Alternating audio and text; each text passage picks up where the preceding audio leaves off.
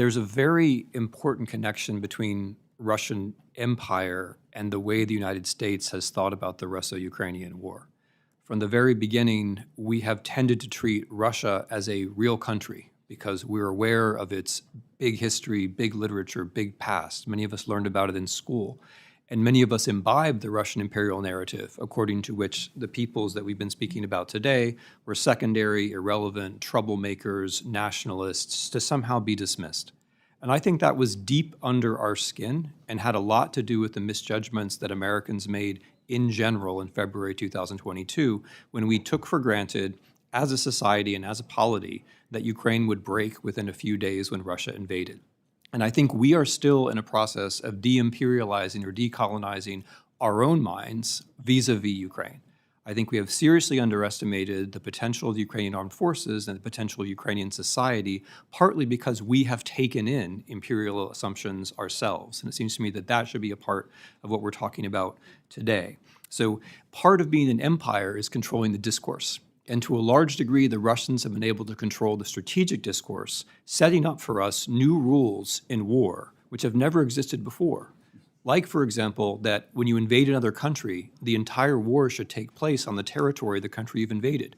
No one has ever said that before because it's completely absurd.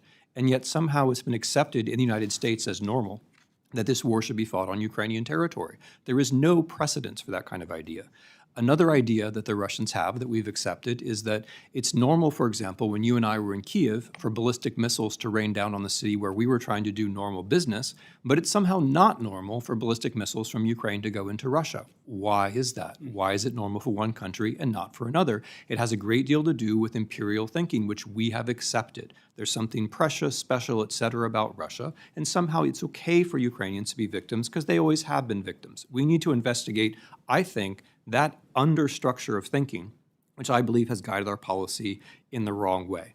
So as far as empires are concerned, I'll return to what I said at the end, trying to respond now to your question about a victory plan. I believe the Ukrainians are right about something that they're hard-pressed to convince us of, and I think what I'm saying now is consistent with the history of empire. The Russians are going to negotiate peace when they believe they are losing. And so if anyone is serious about negotiation, that person should be trying to get the Russians into a position where they think they might be losing. The Ukrainians get that, but they're having a really hard time making us understand that pairing. So when they talk about a victory plan or a peace plan, what they mean is together the West and Ukraine do enough to get Russia to a point where it might negotiate sincerely. They're not there now. Outstanding. Thank you. Exactly. And